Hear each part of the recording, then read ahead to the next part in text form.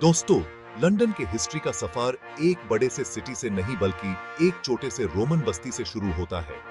ये एक ऐसी कहानी है जो समय के साथ बदलती गई, लेकिन अपने मूल को कभी नहीं भूलती।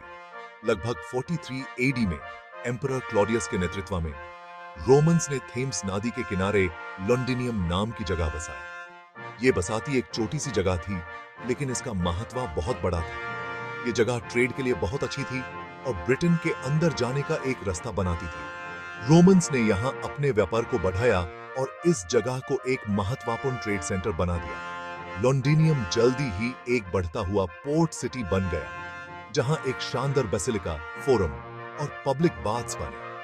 ये सब कुछ रोमन इंजीनियरिंग और उनके एडवांस प्लानिंग का एक जीता जागता उदाहरण था। रोमन्स अपने साथ अपनी कल्चर, अपने लॉज और अपनी इंजीनियरिंग स्किल्स लाए, जिससे लंदन की बनावट पर एक ऐसा निशान छूटा जो कभी नहीं मिट सकता। उन्होंने यहाँ के लोगों को नए तरीके सिखाए और अपने एडवांस टेक्नोलॉजी का प्रभाव छोड़ा। हालांकि रोमन कब्जा बिना चुनौतियों के नहीं था। उन्हें कई बार लोकल ट्राइब्स और दूसरे शासकों से मुकाबला करना पड़ा। 60 एडी में क्वीन बुदिका के नेतृत्व में इसेनी ट्राइब ने रोमन रूल के खिलाफ विद्रोह कर दिया। ये विद्रोह इतना प्रबल था कि रोमन्स को भी इससे संभलने में कठिनाई हुई। इस विद्रोह में लॉन्डिनियम को लूटा गया और जला दिया गया, जो उस समय की अस्थिरता की याद दिलाता है। ये एक ऐसा समय था जब सब कुछ बिखर गया था, लेकिन रोमन्स ने हिम्मत नहीं हारी। फिर भी राख से उठते हुए एक फीनिक्स की तरह लॉन्डिनियम फिर से उठा। रोमन्स ने अपनी पूरी शक्ति लगाकर इस सिटी को फिर से खड़ा किया। रोमन्स ने सिटी को फिर से बनाया, इसके इंफ्रास्ट्रक्चर का विस्तार किया और इसकी सुरक्षा को मजबूत किया। उन्होंने नए दीवारों और सुरक्षा प्रबंधों का निर्माण किया ताकि ऐसे विद्रोह फिर कभी ना हो। रोमन लॉन्डिनियम 3 शताब्दियों से भी अधिक समय तक फला फूला। ये एक ऐसा समय था जब सिटी अपने चरम पर थी और हर तरफ उन्नति हो रही थी। इसकी छप आज भी सिटी के स्ट्रीट प्लान, रोमन वॉल्स के अवशेषों और आर्कियोलॉजिकल डिस्कवरीज में देखी जा सकती है। ये सब कुछ हमें उस समय की याद दिलाता है जब रोमन्स यहां राज करते थे।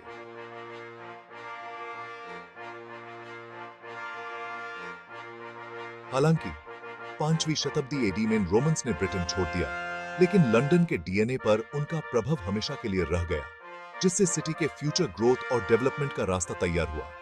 उन्होंने इस सिटी को एक ऐसा मूल दिया जो आज भी इसके विकास में मददगार है। हालांकि लंदन की कहानी अभी खत्म नहीं हुई थी। ये एक ऐसी कहानी थी जो हर नए मोड़ पर नए रंग ले रही थी। जैसे जैसे रोमन शक्ति कम होती गई, थम्स के किनारे स्थित इस सिटी की डेस्टिनी को आकर देने के लिए नई ताकतें उभरकर सामने आने लगी। ये नई ताकतें लंदन को नए दिशा में ले जाने लगी और इसकी कहानी को और भी रोचक बनाने लगी। सन 6 एडी में नॉर्मन कॉन्क्वेस्ट ने इंग्लिश हिस्ट्री में एक टर्निंग पॉइंट मार्क किया, एक ऐसा पल जो हमेशा के लिए देश के भविष्य को बदल देगा।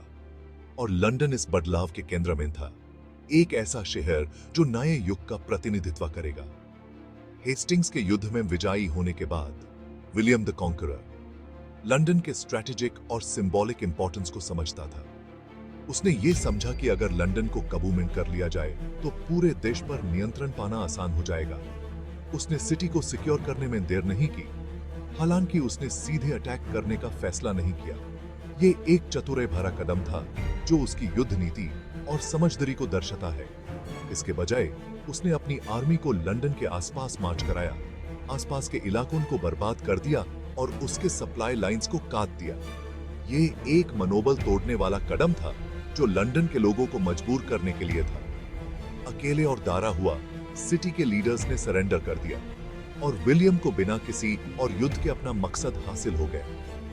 और विलियम को क्रिसमस डे सन 66 को वेस्टमिंस्टर एबी में इंग्लैंड का राजा ताज पहनाया गया। ये एक भव्य समारोह था जो नए युग की शुरुआत का प्रतीक था। विलियम, जो अब किंग विलियम द फर्स्ट बन गया था, अपनी पावर को मजबूत करने और लंदन पर अपनी छप छोड़ने के लिए दृढ़ था।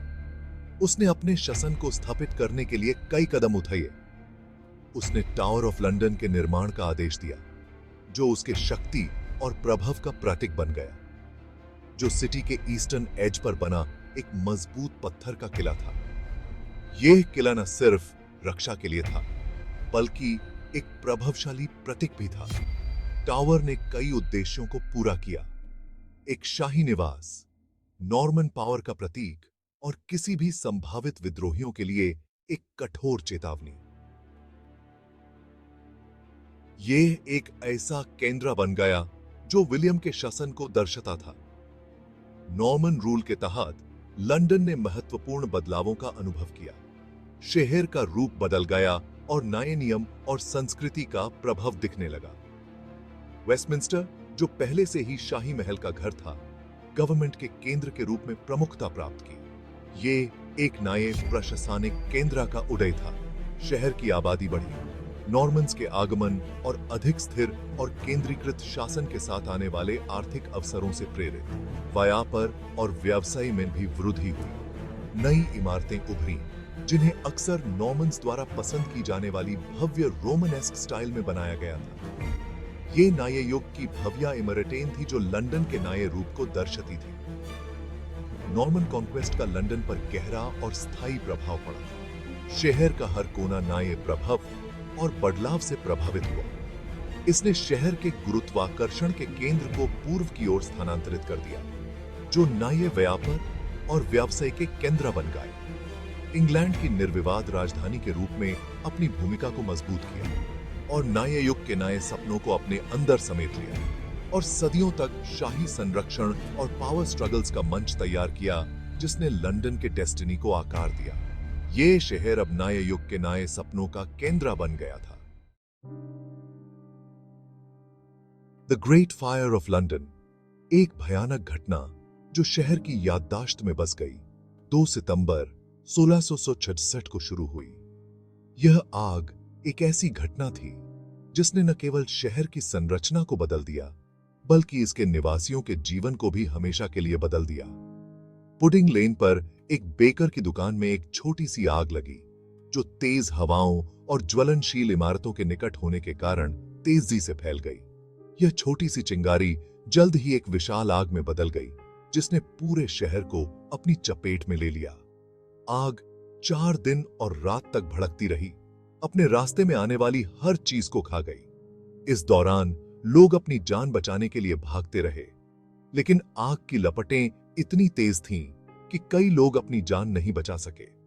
उन दिनों आम लकड़ी के ढांचे टिंडर की तरह जल उठे और संकरी, घुमावदार सड़कों ने चिमनियों का काम किया, जिससे आग की लपटें तेज होती गईं। आग की इस भयानक लपटों ने शहर के अधिकांश हिस्से को राख में बदल दिया। जब तक आग पर काबू पाया गया, तब तक 13,000 से ज्यादा घर, 87 चर्च और अनगिनत व्यवसाय खंडहर में तब्दील हो चुके थे। यह विनाशकारी आग ने शहर की संरचना को पूरी तरह से बदल दिया और इसे एक नए सिरे से बनाने की आवश्यकता उत्पन्न की। आग ने अनुमानित 70,000 लोगों के जीवन को तबाह कर दिया, जिससे वे बेघर और बेसहारा हो गए। इन लोगों को अपने जीवन को फिर से शुरू करने के लिए बहुत संघर्ष करना पड़ा, लेकिन उन्होंने हार नहीं मानी। शहर का मध्ययुगीन केंद्र जलकर राख हो गया, जिससे लंदन के केंद्र में एक धधकता हुआ निशान बन गया। यह निशान शहर के इतिहास में एक महत्वपूर्ण मोड़ था, जिसने इसे पुनर्निर्माण और पुनरुत्थान के लिए प्रेरित किया। फिर भी इस त्रासदी की राख से एक नया लंदन उभरा। इस नए शहर ने न केवल अपनी पुरानी महिमा को पुनः प्राप्त किया, बल्कि इसे और भी भव्य और सुरक्षित बनाया गया।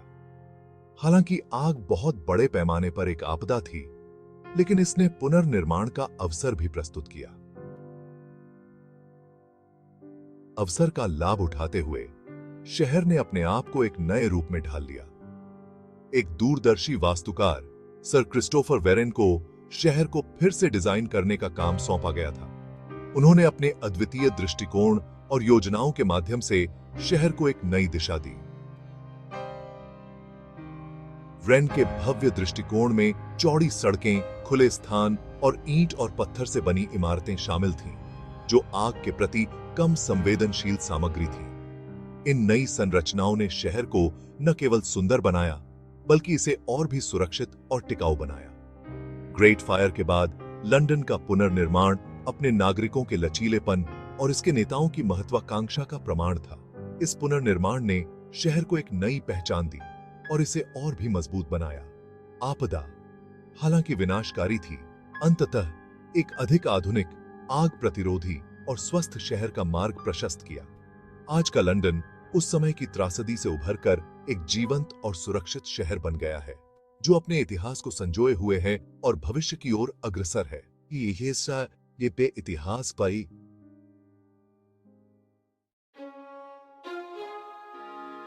17वीं शताब्दी के उत्तरार्ध में एक ऐसी वित्तीय संस्था का जन्म हुआ जिसने लंदन को वैश्विक वित्त में सबसे आगे बढ़ाने में महत्वपूर्ण भूमिका निभाई। The bank of England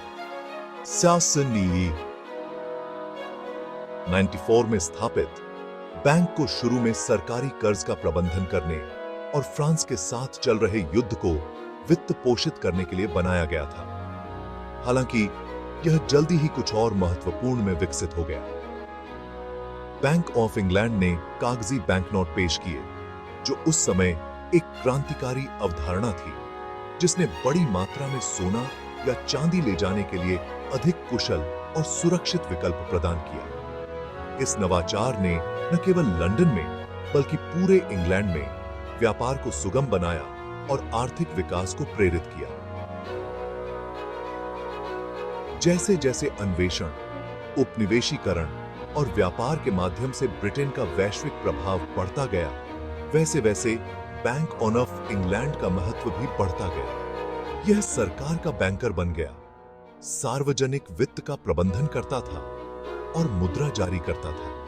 bank ने वित्तीय प्रणाली को स्थिर करने में भी महत्वपूर्ण भूमिका निभाई। संकट के समय में अंतिम उपाय के रूप में ऋणदाता के रूप में कार्य किया।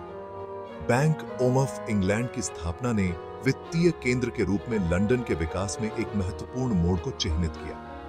इसने औद्योगिक क्रांति द्वारा प्रस्तुत अवसरों को भुनाने के लिए शहर के लिए आवश्यक स्थिरता, बुनियादी ढांचे और वित्तीय साधनों को प्रदान किया।